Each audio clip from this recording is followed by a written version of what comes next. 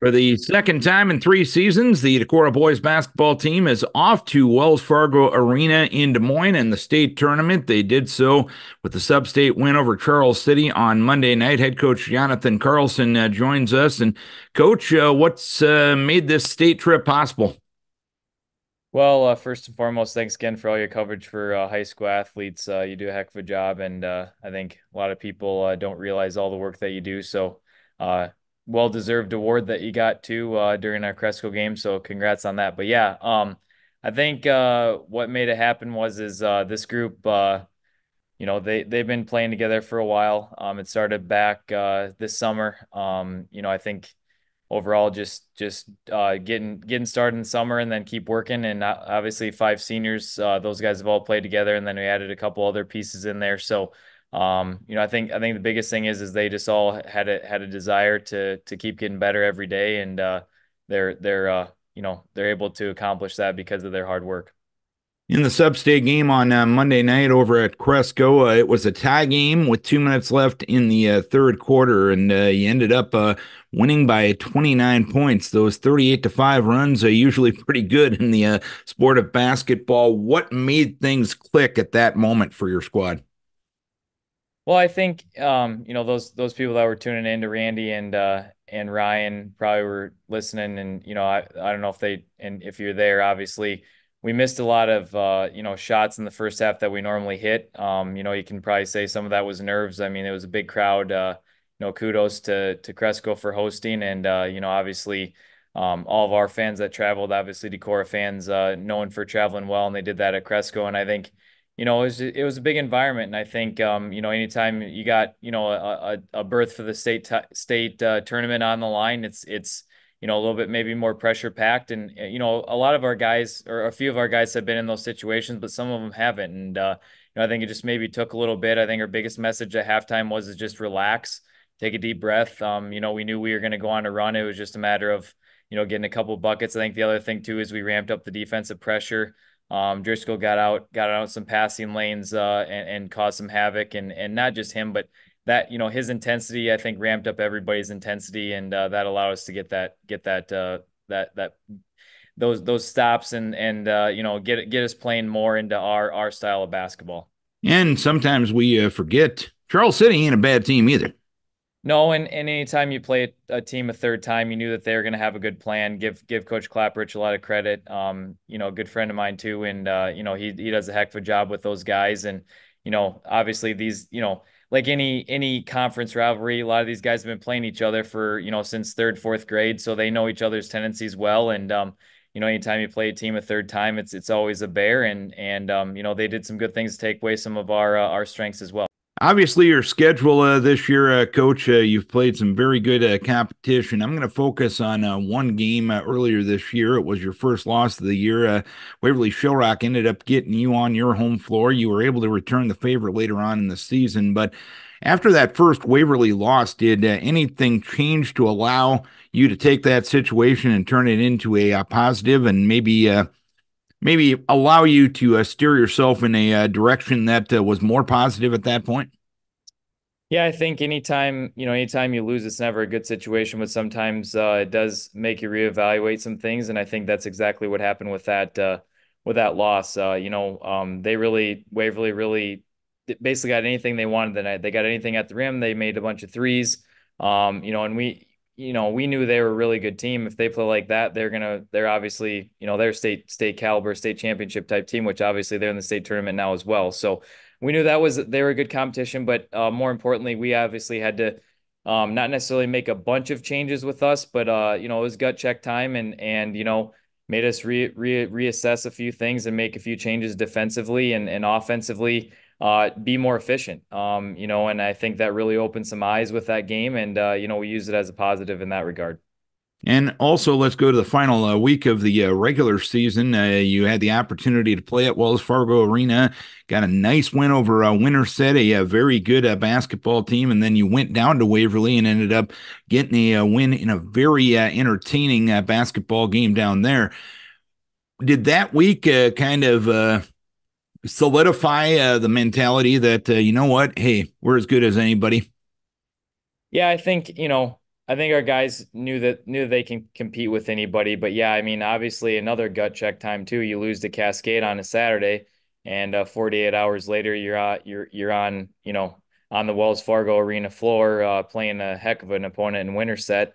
And then obviously that Friday playing Waverly, we knew that was going to be a bear. The 3 game schedule there with those last 3 games with that, and I think that was a good opportunity for us, yeah, to play different style, to get on Wells Fargo Arena court. Obviously that's hopefully going to pay some dividends now getting back down there. But yeah, I think it was definitely a good week for us. We needed that after that Cascade loss. I think more importantly, just to get back out on the floor against Winterset and then build that Winterset momentum to that Waverly contest. Big environment there again, and it was fun to see our guys come through and prove that they belong.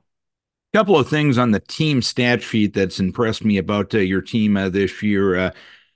72.8%. That's the percentage of buckets that have had an assist this year. What do you credit that to? That's a pretty impressive number. Yeah, I think we got a lot of guys that can score the basketball, a lot of mouths to feed, so to speak. But I think our guys do a really good job at finding the open guy, and we preach that a lot. Obviously, we have some tools underneath. Big one obviously is Kale, and anytime 6'11's close to the rim, he's finishing. That obviously helps, but obviously guys have to be able to find him too, right, and be able to deliver the basketball on time and those types of things. And obviously Trey and Zach, being our point guards, have done a really good job with that. Trey obviously stands out, probably top 5 in the state in all classes in assists. And has really done a good job facilitating for us. But not only them, Matt, Ben, Caden, Andrew, all those guys, contribute to that as well. And it's just more, I think it's more or less a mindset of finding the open guy and being efficient. And we preach efficiency offensively, and that leads into that stat. Another stat, you only turn the ball over 8.1 times per game. Oftentimes in any sport, the toughest team to beat is yourself, and that's a sign that you don't beat yourself. What do you credit that to?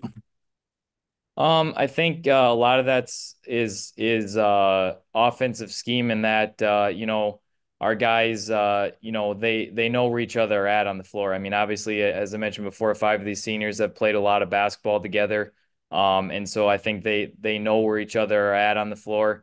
And then also we preach free throw line to free throw line, taking care of that ball. I think that's where a lot of turnovers happen, guys trying to do too much with it. Make the easy pass. Don't try to do something that you're not capable of. And I think that's tribute to these guys. And they've put in a lot of time too. With ball handling. All of our coaches do a great job. Coach McCain working with these guys all the way through. Just taking care of the basketball. And I think a lot of that's a lot of different things. I think the biggest thing is they've played a lot of basketball together, and that attributes to that. From a practice and preparation standpoint, how do you handle this week between the sub-state game last night and then getting ready for an opponent a week from today as we speak? How'd you handle it 2 years ago? Did you learn anything from that preparation? How are you going to handle it this time around? Yeah, I think you look back onto that, looking back through notes from 2 years ago last night. Yeah, you definitely lean into some of those plans that you had a couple years ago. Now, I don't think we change a whole lot with that. I think it's more or less right now this time of year is not getting anybody injured, and that's the happy medium of yeah, you don't play again for another week, so you need to get some up and down in, with doing a little scrimmaging, but enough where you're going to be able to get some guys some reps, but also not enough where you're going to, get somebody dinged and get somebody hurt too. So I think it's trying to find that balance there of that. And then also keeping them fresh, getting shots up, those types of things. I think we're in a pretty good routine right now, but, obviously have to make a few tweaks with that as well. And Williamsburg going to be your opponent in the first round. I know you're coming off the big win on Monday night, and it's just Tuesday afternoon. But what have you been able to muster about them to this point? Well, they're definitely not afraid of anything. I think they were definitely a team on a lot of people's prognosticators' radars to start the season.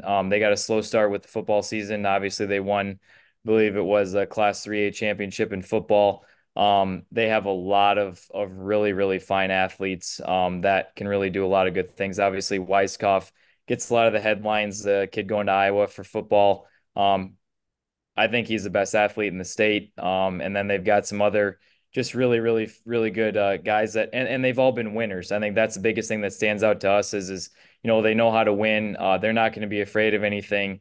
They're not not a team. I think a lot of eight seed maybe doesn't do them justice, but that's what they are. And any team that gets a state's obviously a really, really good team. So we're obviously going to have to put our best foot forward and play our best game and that they're going to challenge us a lot on the glass with their physicality. And, I think our guys are up for that challenge, but time will tell with that.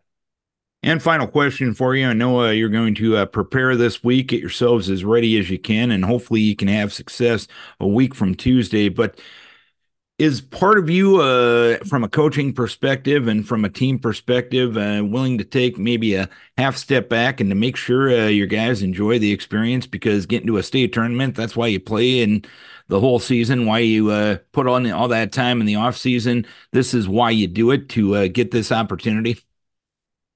Yeah, I think that's definitely part of it. As a coaching staff, we were kind of commenting last night from our experience 2 years ago to last night. 2 years ago at Waterloo East, I think it was kind of like that first time. Obviously getting a state. In over 40 years, I think it was, or 35, whatever it was. It was definitely a different feeling last night. It was more of a relief, I think, out of everybody that hey, we're there. Now let's continue on this road. Obviously, enjoy it, but I think this group is hungry for more and not just satisfied with being down there. All right, Coach. For those that follow you on social media, I got to ask: is there going to be time for a pregame run next Tuesday morning? I was wondering that myself. We'll have to maybe I don't know, maybe have to get Coach Rounds, or maybe we'll have to get one of the kids out of school and bring them down there to do a little run before the game. So we'll see what happens, but we'll get something figured out. Coach, congrats on a very good season to this point. Hopefully, it can be a great season after next week. Congrats on getting to state once again. Thanks for the time, and we wish best of luck in Des Moines. Hey, we appreciate it, Darren. Thanks much. Jonathan Carlson, head coach of the Decorah boys, off to state for the fourth time in School of History, second time in 3 years.